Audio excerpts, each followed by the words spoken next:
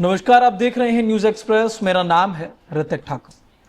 बांग्लादेश की पूर्व प्रधानमंत्री शेख हसीना दिल्ली की जमीन से एक इस तरीके की बात कहती हैं, एक लाइव करती हैं, जिससे बांग्लादेश के सत्ता के गलियारों में एक जलजला आ गया, ये कहा जा सकता है। क्योंकि शेख हसीना जो कि 2 साल से अभी तक कुछ नहीं बोल रही थी, जो मीडिया के सामने नहीं आई थी, लेकिन अब जैसे ही वो मीडिया के सामने आई, उन्होंने साफ तौर पर कह दिया कि मैं अपने लोगों के बीच में जाना चाहती हूं, मैं बांग्लादेश जरूर लौटूंगी, चाहे जेल में डाल दें या मुझे मार दें। महीना दिसंबर का होगा, तारीख अभी तय नहीं है। अब इन सारी बातों के बीच में ये जो महीना दिसंबर का है, ये आपको बताते चले 1971 वाला मुक्ति संग्राम का महीना है, और ये महीना वहां की सरकार के लिए बहुत अहम है। अब इन सारी बातों के बीच में जो बीएनपी सरकार है वो बहुत ज्यादा टेंशन में है कि आखिरकार अब हम प्रत्यर्पण की बात कर रहे थे और भारत को बार बार ये कहा जा रहा था, चेतावनी दी जा रही थी कि किसी भी तरीके से शेख हसीना के इस प्रेस कॉन्फ्रेंस को लाइव को रोक दिया जाए, लेकिन नहीं हुआ। अब बीएनपी के एक सांसद ने कह दिया है कि आवामी लीग जो है वो हमारी दुश्मन थोड़ी, हमारी ही एक सहयोगी है, उनके साथ विलय कर लेना चाहिए। अब आलम यह है कि जिस आवामी लीग को हटाने के लिए इतना संघर्ष किया, खून बहाया, आज उसके साथ ही विलय करना है। तो इसी पर थोड़े विस्तार से चर्चा करेंगे। मेरे साथ फॉरेन एक्सपर्ट अभिषेक अहलावत जुड़े हुए हैं। बहुत स्वागत है सर आपका। धन्यवाद ऋतिक। अभिषेक जी, ये थोड़ा सा समझाइए कि जिस तरीके से अभी बांग्लादेश में बीएनपी की सरकार है, उन्होंने कहा कि शेख हसीना लाइव आएंगी तो ये हमारे लिए अपमान होगा। अब दिसंबर का महीना उन्होंने चुना है, इसको आप कैसे देखते हैं? और भारत की जो इसमें भूमिका है वो क्या है? क्योंकि एक तरफ भारत के लिए जो ये संधि है बांग्लादेश के साथ, जिसकी वजह से संरक्षण दिया जा रहा है शेख हसीना को, वो है, तो दूसरी तरफ ये भी देखना है कि बांग्लादेश के साथ रिश्ते खराब ना हो। देखिए ऋतिक, बांग्लादेश जो है वो हमारे लिए एक बहुत बड़ा सिरदर्द है।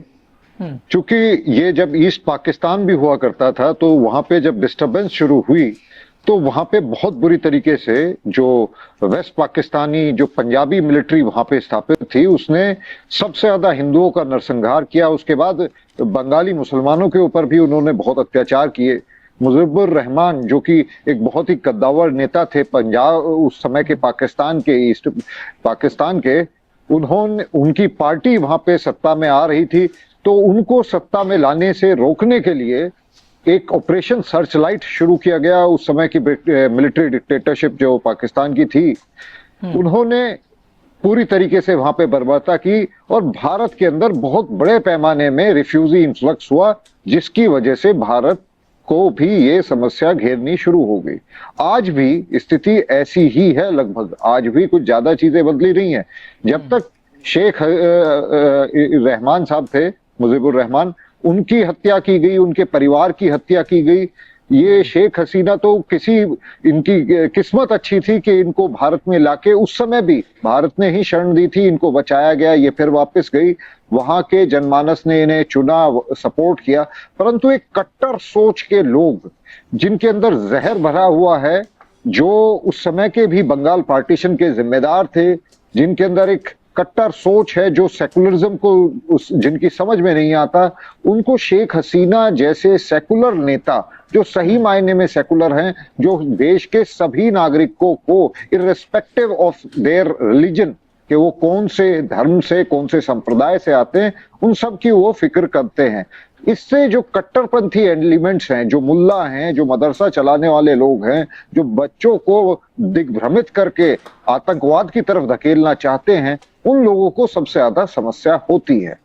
ये जो रिसेंट वहां पे तख्ता पलट हमने देखा, इसमें कहीं ना कहीं अमेरिका की CIA के भी इसमें हाथ पकड़े गए। जो यूसुफ वहां पे इंटरिम वहां के प्रेसिडेंट बने थे, वो सीधे सीधे US के एजेंट थे।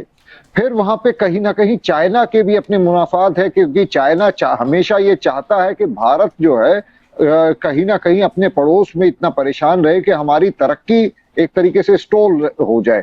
चाइना हमसे डायरेक्ट युद्ध नहीं चाहता, ना हमसे डोकलाम के बाद उसने किसी भी तरीके की हरकत बॉर्डर्स पे की, परंतु वो पाकिस्तान और बांग्लादेश को और बाकी पड़ोसी मुल्कों को अपने इन्फ्लुएंस में लेके, जिसमें तो कोई दो राय है भी नहीं, पड़ोसी जितने भी हैं वो इन लोगों को यूज करता है, इन लोगों को यूज किया जा रहा है भारत को तंग करने के लिए। अब शेख हसीना ने बहुत ही एक तरीके से बहुत ही एक ब्रेवरी का एक बहुत ही बहादुरी का उन्होंने यहाँ पे मुजाहरा किया कि उन्होंने वादा किया है कि चाहे मुझे मार दिया जाए, चाहे मुझे जेल में डाल दिया जाए, पर मैं बांग्लादेश वापस आऊंगी। तो इससे जो वहां के लोग हैं, ऐसा तो है नहीं कि उनको पॉपुलर सपोर्ट नहीं है, केवल कुछ मुट्ठी भर या एक्सट्रीमिस्ट जो हैं, चाहे वो कितनी भी संख्या में हो, 30%, 40%, पर जो नॉर्मल वहां की जो जनमानस है, वो आज भी शेख हसीना को, उनके परिवार को देश की आजादी की बहुत बड़ा श्रेय देती है।